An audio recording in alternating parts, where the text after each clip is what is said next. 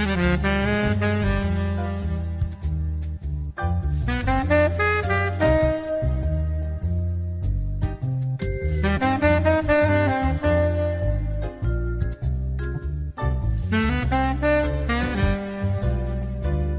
amis, chers auditeurs, bonjour. Monique Nakache à l'antenne pour Paris Culture et Spectacle. L'émission d'aujourd'hui va être assez originale par sa présentation, très chargée quant au sens, car nous allons parler d'un livre et d'une BD. La BD est relative et porte sur le sujet donc traité dans ce livre. Je dis bonjour à Valérie Porteret. Bonjour Bonjour, Valérie. merci de nous recevoir. Bonjour, bonjour, merci beaucoup de nous recevoir aujourd'hui. Et je dis bonjour, bien sûr, aux coéquipiers de la BD, en l'occurrence Arnaud et Olivier. Arnaud, voulez-vous Bonjour en Manu. quelques mots vous présenter? Et puis après, Olivier va se présenter. Et ensuite, on démarrera vraiment dans le vif du sujet avec Valérie et son livre. Alors, Valérie, vous nous arrivez avec ce livre qui a été publié chez IXO et qui est maintenant en pocket. Vous n'aurez pas les enfants, qui est le résultat de plusieurs années de travail. À vous, Valérie Porteret, de nous en parler.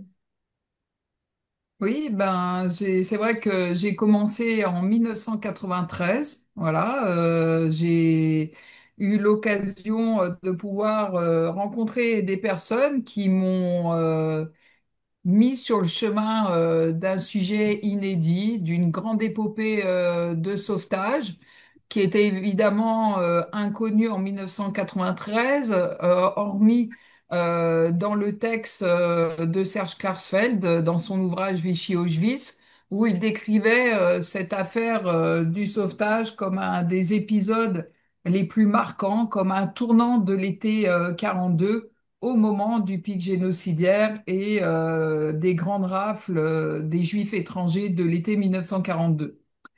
Donc j'ai eu la chance de pouvoir rencontrer Serge Klarsfeld lors d'une cérémonie et du coup qu'il me dédicace son ouvrage, cette petite Bible jaune intitulée Le calendrier de la persécution des Juifs de France, en me donnant la mission de retrouver la liste complète de ses enfants et leur itinéraire. Et à la suite de cela, en 80, donc j'ai soutenu un mémoire de maîtrise, j'ai publié un premier ouvrage en 96 et j'ai décidé de continuer cette enquête euh, parce que c'est une affaire extrêmement complexe pour lequel on ne savait même pas si les preuves du sauvetage, on pourrait les retrouver dans les archives, si ce n'est par exemple les actes de délégation de paternité que j'ai retrouvés finalement en 2003 dans les archives départementales du Rhône. Donc vous voyez, entre déjà 93 et 2003, 20 ans nous séparent. Et puis ensuite, j'ai décidé de republier mon livre de 96 sur la demande de Serge Klarsfeld en 2011. Et entre-temps, j'avais dû travailler sur une thèse, non pas sur l'affaire de Vénissieux, mais sur les préfets régionaux de Lyon sous l'occupation. Parce que mon directeur de thèse, à l'époque, Laurent Douzou, pensait, il avait raison, qu'on n'aurait peut-être pas assez pour soutenir une thèse dédiée à cette affaire. Mais en 2011, les choses ont changé. Serge Klarsfeld m'a demandé de retourner voir mon directeur de thèse et de lui demander vraiment d'asseoir cette histoire au niveau scientifique. M'a accueilli les bras ouverts, mon directeur de thèse. Les choses avaient s'étaient bousculées. Vous voyez, en 93, j'arrivais trop tard et en 2011, finalement, tout était relancé. Les archives d'abord s'ouvraient. On avait le téléphone portable, on avait WhatsApp, on avait EasyJet et je suis arrivée vraiment à la limite pour le coup 2011-2013 de la période où les enfants sauvés que j'allais pouvoir retrouver était encore enfin, avait encore l'envie et la grande envie de témoigner. Et finalement, j'ai décidé de changer la manière de travailler en travaillant en fait avec un caméraman, c'est-à-dire que dès que j'avais la possibilité de retrouver un enfant sauvé dans le monde entier, hein, on est parti en Israël, on est parti aux États-Unis, on a une témoin qui habite Londres, on a des rescapés aussi dont les descendants habitent en Amérique latine, on a des personnes en Belgique, en France, enfin vous voyez, c'était assez large. Et mon but était de récolter la parole de ces enfants sauvés mais avec tous les gestes, parce que je pense que mon travail d'écriture n'aurait pas été le même si j'avais pas eu l'opportunité de filmer ces gens et ensuite de me repencher constamment sur leurs témoignages et d'analyser en profondeur en même temps les émotions qu'ils avaient qui en fait, me transperçaient ensuite et qui ont complètement changé mon rapport à l'écriture de ma thèse. Et au final, en 2016, j'ai soutenu une thèse de 1300 pages dédiée à cette affaire avec plusieurs centaines de pages où on retrouve les paroles de ces enfants sauvés. Et bien évidemment, entre 93 et 2016, date de cette soutenance, mon projet, vraiment, hein, c'est pas une aventure qui est arrivée comme ça. C'était ensuite de se dire si je fais, enfin si je vais jusqu'au bout de cette enquête historique et mémorielle, je veux absolument qu'ensuite il y ait des adaptations artistiques. Pour moi, l'œuvre artistique vient vraiment en soutien même pour moi, c'est les fondations ensuite pour la connaissance, pour donner envie, pour émouvoir les gens qui ont besoin d'être émus pour s'accrocher à une histoire. Et aujourd'hui, voilà, dans votre émission, je peux dire qu'avec l'œuvre d'Arnaud et d'Olivier, eh ben voilà, on est vraiment dans cette boucle que je m'étais fixée de rencontrer des artistes au top, hein, vraiment au niveau de cette épopée, avec un récit qui était très difficile pour moi, j'imagine, hein, à mettre en image et dans les textes.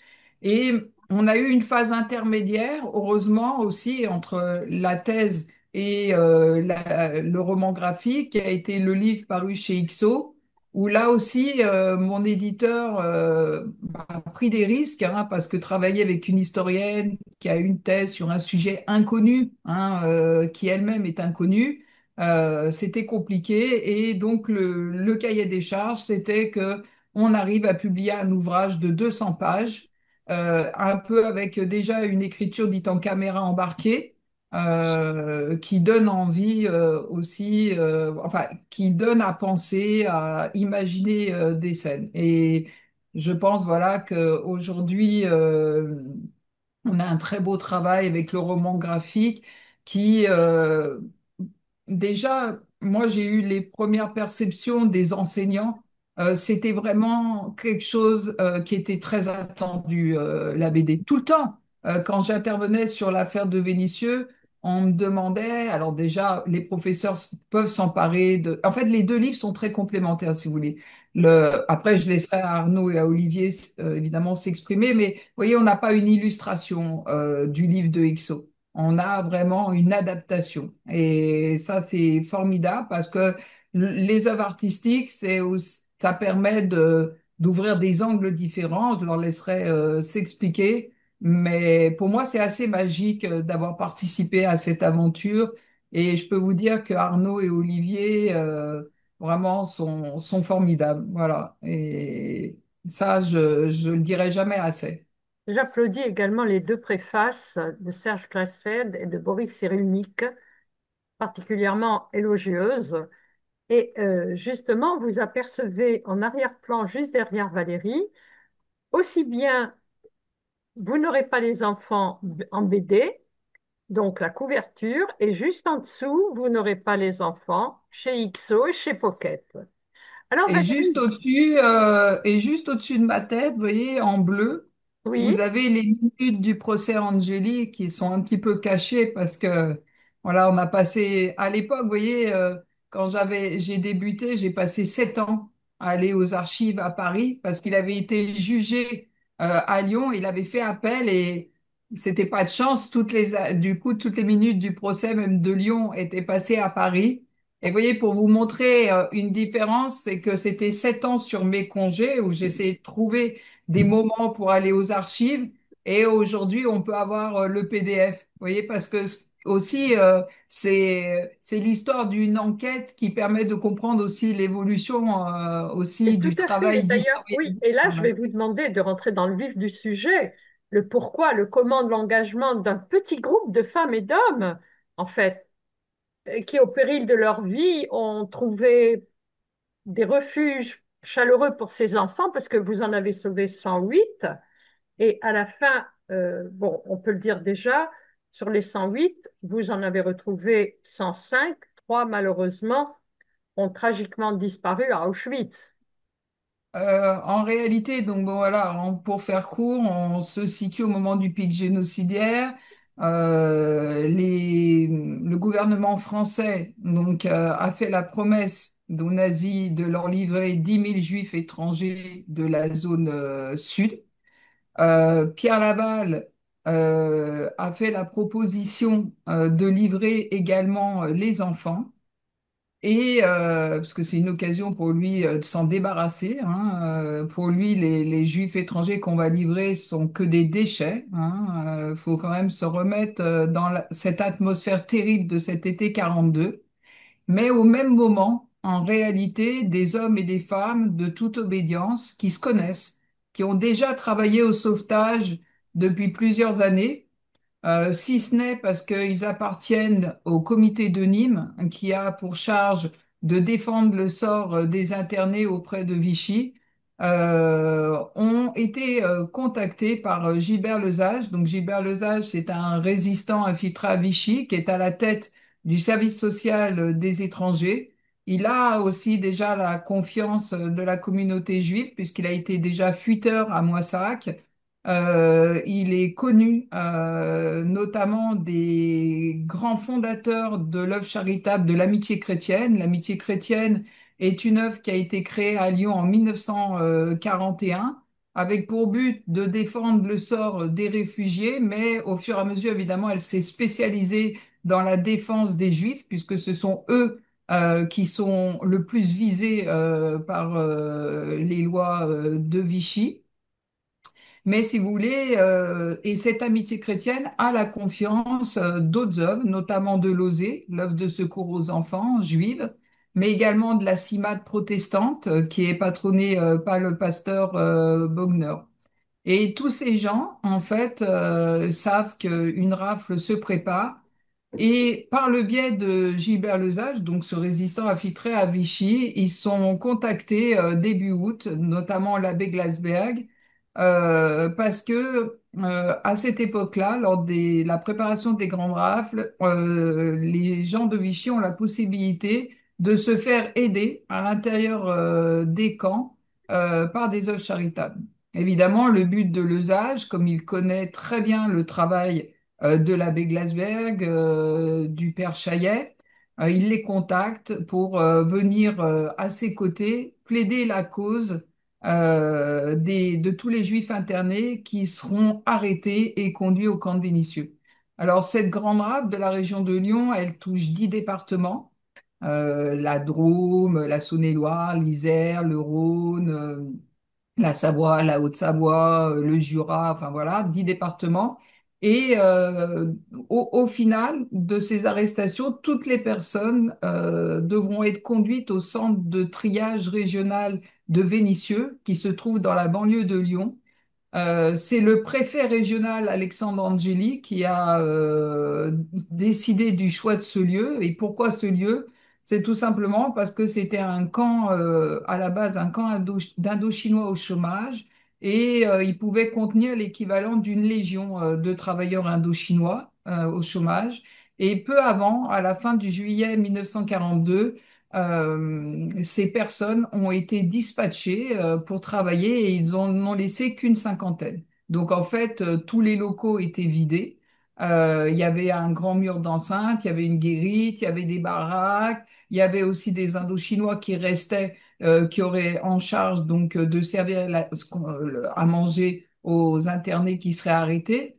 Et aussi l'intérêt de ce lieu, c'est qu'il était à l'extérieur de Lyon Et vous savez que, évidemment, toujours le souci de Vichy, c'était que la population ne se rende pas compte ou ne voit pas. Donc, il y avait, le camp de Vénissieux répondait aussi à l'aspect de discrétion qui était très important. Et puis, en plus, il était situé à peu près à 500 mètres d'une gare marchande où ensuite 545 près du millier de personnes qui vont être internées au camp de Vénissieux seront ensuite conduits à Drancy en vue de leur déportation à Auschwitz.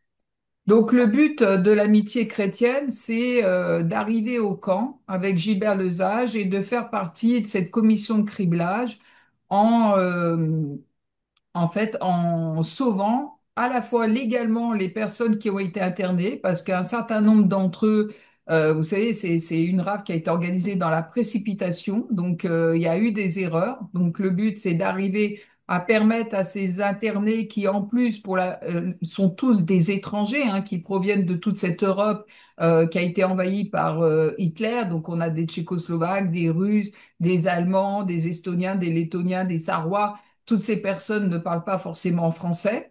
Un certain nombre d'entre eux parlent aussi yiddish et l'abbé Glasberg parle le yiddish. L'épouse de Jean-Marie Soutou parle plusieurs langues. Gilbert Lesage parle plusieurs langues. Donc le but, c'est de faire en sorte que la police, en réalité, ne se débarrasse pas hein, des cas qui sont litigieux et qu'on arrive à récupérer un certain nombre de documents. Et d'ailleurs, il y a une équipe volante qui sera montée au camp de Vénissieux avec une personne du SSAE, qui est le service social d'aide aux étrangers, et qui retournera à Lyon, notamment auprès des consulats, pour essayer de récupérer des papiers et défendre la cause de ces internés. Après, évidemment, sauver, c'est aussi sauver de façon illégale et pour le coup de transformer un certain nombre de documents ou de tricher en utilisant ce que Arnaud et Olivier ont vraiment démontré dans la BD, c'est-à-dire par l'analyse des papiers administratifs, de transformer et d'arriver à faire en sorte que les personnes qui auraient dû être déportées ne le soient plus. Et il y aura aussi un gros travail fait par Charles Lederman au camp. Et puis faire en sorte aussi de venir en soutien moralement des internés. Et ça sera tout le travail aussi des assistantes sociaux et des assistantes sociales. Et elles auront notamment un rôle très important au moment où on demandera aux parents d'accepter de signer un acte de délégation de paternité en faveur de l'amitié chrétienne afin de donner l'opportunité à leurs enfants, eux, d'être sauvés. Alors, bien sûr, tous ensemble, nous saluons la mémoire pour ceux qui ont disparu, et je crois que la majorité d'entre eux, de ces intervenants, ont disparu, dont Charles Lederman, que vous venez de citer, et Raya, euh, en assistant beaucoup, car ce sont les grands-parents de mon amie Anne Bassi, qui a écrit elle aussi plusieurs livres sur la déportation.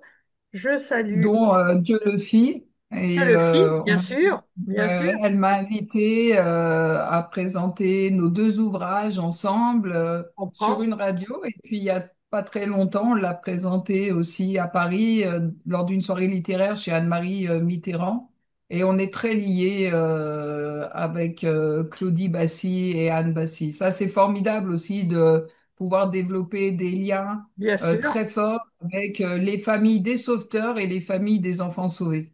Alors maintenant, Valérie, on ne peut pas tous les citer, hein, bien sûr, y compris le cardinal Gerlier, qui était ami de Pétain et qui a fini par faire lire une homélie dans toutes les églises de la région. D'accord? Mais Ami il de faut... Pétain, ami de Pétain Oui, et ami des Juifs, puisqu'il était le parrain d'un des enfants du frère d'Elbronner, président du consistoire central. tout à fait. Alors, on va rentrer un petit peu, on va essayer de parler de deux personnages, et puis là, je vais pouvoir projeter quelques images que Olivier et Arnaud vont commenter.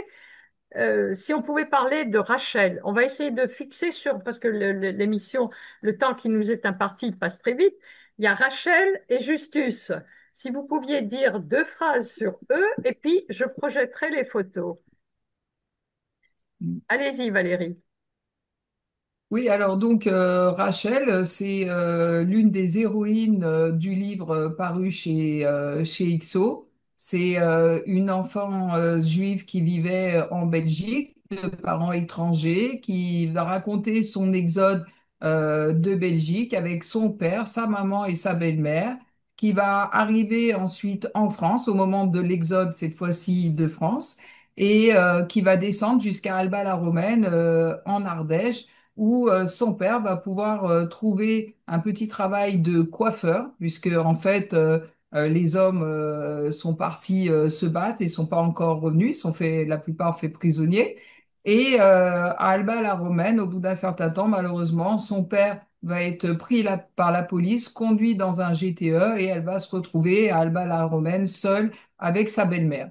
Et c'est à ce moment-là que arrive cette rafle du 26 août 1942 avec sa belle-mère. Elles sont conduites au camp de Vénissieux et son père, elle, la rejoindra au camp 2 jours plus tard lorsque l'on aura l'arrivée des GTE au camp de Vénissieux qui, eux, arrivent pas en car mais arrivent dans des camions bâchés menottés. Ensuite, Rachel fera partie des 108 enfants sauvés du camp de Vénissieux. Elle sera conduite montée des Carmélites et sur la demande de son père, elle sera rattachée au groupe des enfants qui provenaient du petit village sauveur de Saint-Sauveur de Montagut en Ardèche. Et tout simplement parce qu'aussi au camp de Vénissieux, des gens se retrouvent, des familles, mais aussi des gens qui se connaissaient en Belgique le boucher, le coiffeur, et donc du coup c'est le cas du papa de Rachel. Il a retrouvé au camp des gens qui connaissaient de Belgique. Et ces gens lui ont décrit la force et la puissance de l'accueil qu'ils avaient reçu depuis 40 à Saint-Sauveur de Montagut. Et pour vous dire, c'est après la rafle, où ils ont été raflés à Saint-Sauveur, c'est à Saint-Sauveur que les parents demandent que leurs enfants soient reconduits et confiés aux familles en qui ils ont confiance. Donc le papa rattache Rachel à ce groupe. Lui sera déporté et malheureusement gazé à Auschwitz. Et Rachel sera confiée à Saint-Sauveur de Montagut, où elle restera plusieurs mois avant d'être récupérée par sa maman, qui a réussi, alors c'est une véritable épopée de Belgique, à revenir en France et reprendre sa fille. Et là, on a des liens indéfectibles qui se sont vraiment noués entre Rachel et sa famille d'accueil qui deviendra vraiment sa famille de cœur, puisqu'on a retrouvé des courriers où vraiment, même elle était en détresse hein, d'avoir dû quitter cette famille. Voilà, les merlans. Et puis, concernant Justus, lui, Justus, c'est vraiment aussi la grande épopée. Donc, lui, c'est un garçon qui vivait à Danzig au moment où les jeunesses hitlériennes arrivent. Son père décide de l'exfiltrer de Danzig et de rejoindre Monsieur Berger, qui est en fait un représentant de commerce avec qui il travaille pour la vente du blé. Et Justus donc part, il passe par l'Allemagne, il va rencontrer son oncle. Il est terrifié de voir que son oncle ne peut plus travailler, que son oncle est interdit de spectacle. Il lui demande, mais en fait, pourquoi tu restes? Et il lui dit, c'est qu'un vent mauvais, ça va passer. Et lui, ça lui paraît incroyable. Donc, il est désespéré, mais il arrive en France, par contre, très confiant. Il raconte son voyage en train, il se dit que ça va être formidable. Et en France, il va être scolarisé au lycée Janson de Sailly. C'est un très bon élève, jusqu'au moment où, malheureusement, il y aura donc l'exode de 40. Et en 40, il se retrouve vraiment dans la situation d'un SDF. Il n'y a plus Monsieur Berger pour l'aider, il est en train. Et puis finalement, il va s'arrêter, il va être mis dans un cinéma qui a été réquisitionné et il va faire la rencontre. C'est quelqu'un de très beau, de très élégant, de très cultivé et il va se lier d'amitié avec des femmes dans ce cinéma, des jeunes femmes et des jeunes femmes qui veulent revenir sur Marseille. notamment sur Marseille, et qui connaissent l'œuvre qu'est en train de réaliser Varian Fry, notamment pour exfiltrer tous les artistes de nationalité allemande qui sont demandés par les autorités du Reich. Et elle lui dit, écoute, moi je pense que je peux peut-être te trouver un travail auprès de quelqu'un, évidemment, elle lui cite pas le nom, rejoins-moi à tel hôtel à Marseille et on verra ce qu'on peut faire. Et au final, elle va le présenter à Varian Fry, et parce il est de type dit arien, et c'est lui qui va être en charge de faire les allers-retours pour chercher les faux papiers de ces artistes qui vont être exfiltrés. Et puis après, ben Varian Fry doit repartir aux États-Unis parce que c'est dangereux. Ils n'ont plus le droit de citer à Marseille. Et évidemment, Justus, lui, n'est pas un grand artiste. Il est un simple jeune garçon qui a fait son travail. Il va essayer de passer par l'Espagne, enfin de passer la frontière. Il va se faire prendre. Il va être arrêté, va être mis en prison. Et puis il va tomber, il a beaucoup de chance, sur un juge clément parce qu'il a inventé l'histoire qu'il faisait du sport, qu'il faisait de la grimpe, vous voyez, là-bas. Alors ils lui ont dit, bah, faudra changer de lieu pour vous exercer. Bon, vous passez des détails. À Marseille, il retrouve quelqu'un qu'il connaissait du groupe Varian Fry qui lui conseille d'aller sur Grenoble parce qu'il y a de la résistance à Grenoble et qu'il pourra avoir vraiment une mission intéressante. Pour faire court, il est arrêté chez sa logeuse le 26 août 1942, probablement sur dénonciation, et il est conduit au camp de Vénissieux. Et au camp de Vénissieux, pour lui, vraiment dans son témoignage, puisque j'ai pu le filmer pendant 6 heures à Bard, qui est situé à une centaine de kilomètres de New York, pour ses 93 ans. D'ailleurs, c'est tombé le jour de son anniversaire, je ne le savais pas. Il m'a raconté vraiment de l'intérieur ce qu'il avait vécu, cette arrivée au camp de Vénissieux. Pour lui, c'était le dernier lieu. C'est-à-dire que s'il sortait pas du camp de Vénissieux, c'était fini. Et donc, il s'est promené dans ce camp parce que, hormis les gens du GTE, les personnes âgées, les mamans et les enfants et les jeunes pouvaient se promener. Et il a repéré une baraque aux malades qui était tenue par le docteur Adam. En fait, il était infirmier, il n'avait pas encore le rang de médecin. Il y avait aussi des infirmières de la Croix-Rouge. Et il comprend qu'en tout cas, s'il y a une possibilité de sortir de ce camp et peut-être voilà, de s'évader, c'est peut-être d'être malade. Mais il n'est pas malade, hein. C'est un garçon en pleine forme. Et de nouveau au camp, il rencontre la sœur d'un copain parisien qui est infirmière et il lui explique son stratagème. Et il dit qu'est-ce que je peux faire et elle lui conseille de simuler donc une crise de péritonite. Donc il se lance dans l'aventure, il se met à hurler, à se jeter au sol, voilà, et au bout de quelque temps, eh ben, il a un brancard qui arrive, qui le prend, qui le conduit dans la baraque aux malades. Et c'est là qu'il panique en se disant, oui, mais maintenant ils vont vite voir que j'ai pas de crise de péritonite. Et notamment, il se retrouve avec un thermomètre dans la bouche que lui met une personne de la Croix-Rouge. Et c'est là qu'il se souvient qu'à Danzig, quand il faisait très chaud et que le thermomètre montait, on pouvait les libérer de l'école. Et ils avaient l'habitude, avec des copains, de faire des blagues à leurs professeurs et notamment de piquer le thermomètre et de le chauffer dans leurs mains pour faire un petit peu augmenter la température. Rappelons qu'on est le 26 août 1942, qui fait un été, enfin en tout cas c'est des journées brûlantes à Lyon, hein, donc il fait déjà très chaud. Donc, tout de suite, dès que l'infirmière d'Aquarouche part, il chauffe ce thermomètre, puis arrive le docteur. Il sait pas que c'est le docteur Adam, qui est résistant, et il va être exfiltré en ambulance à l'hôpital Édouard Herriot. Et à l'hôpital Édouard Herriot, on a retrouvé les papiers. Il est pour cette fois aussi opéré pour cette péritonite. Inutile de vous dire, c'est que c'est parce qu'il y a des chirurgiens qui sont dans la résistance. Évidemment ils l'ont pas opéré comme ça. Et le lendemain, l'abbé Glasberg a fait conduire un baluchon pour que donc Justus puisse quitter cette blouse blanche, lui a fait porter un vélo. Et Justus me raconte comment, pendant des kilomètres, il a tenu sa cicatrice d'une main son vélo pour rejoindre Lyon et ensuite c'est une autre épopée. Il va rentrer dans la résistance, il va être représentant de Botha où il indique en fait où se trouvent les troupes armées. Ensuite, il va rentrer dans l'armée américaine. Et puis ensuite, évidemment, voilà, c'est la libération. La nuit, il est souffleur au théâtre. La journée, il est à la Sorbonne.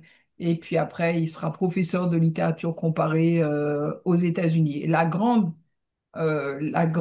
surprise pour lui en apprenant cette histoire, c'est qu'il m'a dit, j'ai toujours cru que je m'étais sauvé tout seul de Vénissieux et par vos recherches, j'ai appris qu'en fait, j'ai facilité le travail d'un médecin qui était résistant. Donc, j'ai eu encore une fois beaucoup de chance. Voilà. Quel destin!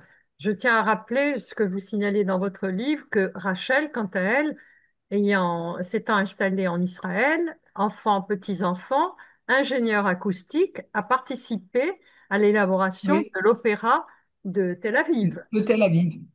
Tout à C'est fait. impressionnant et Et, malheureusement, tous les et enfants n'ont j'ai, pas eu le même cursus, mais bon, bon, en tout cas, pour 103 ont la été famille de sauvés Rachel, déjà.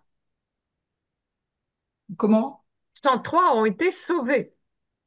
En fait, sur les 108 enfants qui ont été sauvés, j'en ai identifié 96 et 3 ont été repris. Les enfants Tetelbo, des suites de l'arrestation de leurs frères et sœurs à Isieux. Lors de la rade d'Isieux, on pense que soit à Montluc où ils ont été internés, les enfants d'Isieux, la police a retrouvé des courriers et ils sont remontés en fait aux deux enfants qui avaient été sauvés à Vénissieux et à leur maman, Cépha, qui faisait partie aussi des adultes exfiltrés, hein, parce que l'affaire de Vénissieux, c'est la plus grande opération de sauvetage d'enfants, mais aussi d'adultes, hein, qui a été opérée dans un camp en France. Et pour vous dire, cette folie, c'est qu'on est à ce printemps 44, que les nazis perdent la guerre et qu'ils vont prendre le temps, en plus d'envoyer une équipe pour aller chercher ces deux enfants et leur maman qui seront déportés du convoi suivant des deux autres enfants. Et puis, on a une autre enfant, Margot Coppel, qui a été arrêtée en 44 aussi lors d'une rafle des nazis. Vous savez, des petites rafles qui avaient lieu dans les rues. Voilà. Et elle a été arrêtée à Mâcon. Et ce qui nous manque vraiment pour Margot, c'est de retrouver son visage, sa photo. Vous savez, c'est à chaque fois de mettre des visages sur des noms et des histoires sur des visages. Et pour Margot, on a beaucoup travaillé, on a lancé beaucoup d'appels. Pour l'instant, ça a pas, on n'a pas retrouvé. Mais vous voyez, c'est des choses aussi qu'on a dans la tête, qu'on garde dans la tête et qu'on a bon espoir. De retrouver parce qu'on quand on parle du sauvetage, bah, on pense aussi à ceux qui sont plus là et qui malheureusement ont été repris. Mais voyez ce que on vient de dire, que ça soit pour Isieux ou pour Margot, on voit l'importance d'avoir placé ces enfants dans des familles non juives et des institutions non juives. Et d'ailleurs, Joseph Wey, qui était le médecin de Lausée, qu'on surnommait le pessimiste, avait toujours dit même si à la sortie du camp de Vénissieux, dans un premier temps, les familles juives israélites, hein, qui étaient très solidaires de leurs corréligionnaires à ce moment-là, ont pris des enfants. Ensuite, quand les troupes d'occupation sont rentrées à Lyon, le mot d'ordre, c'était de sortir ces enfants des maisons de logis, des familles juives qui les avaient hébergés et de les passer chez des non-juifs. C'était la seule possibilité véritablement, ou de les faire passer à l'étranger, et notamment en Suisse. Merci Valérie. Merci Valérie. Merci Arnaud. Merci Olivier. Merci Monique. Merci mille fois pour votre Merci. interview qui nous a permis vraiment de nous exprimer. Merci Olivier. Ben, merci à vous également.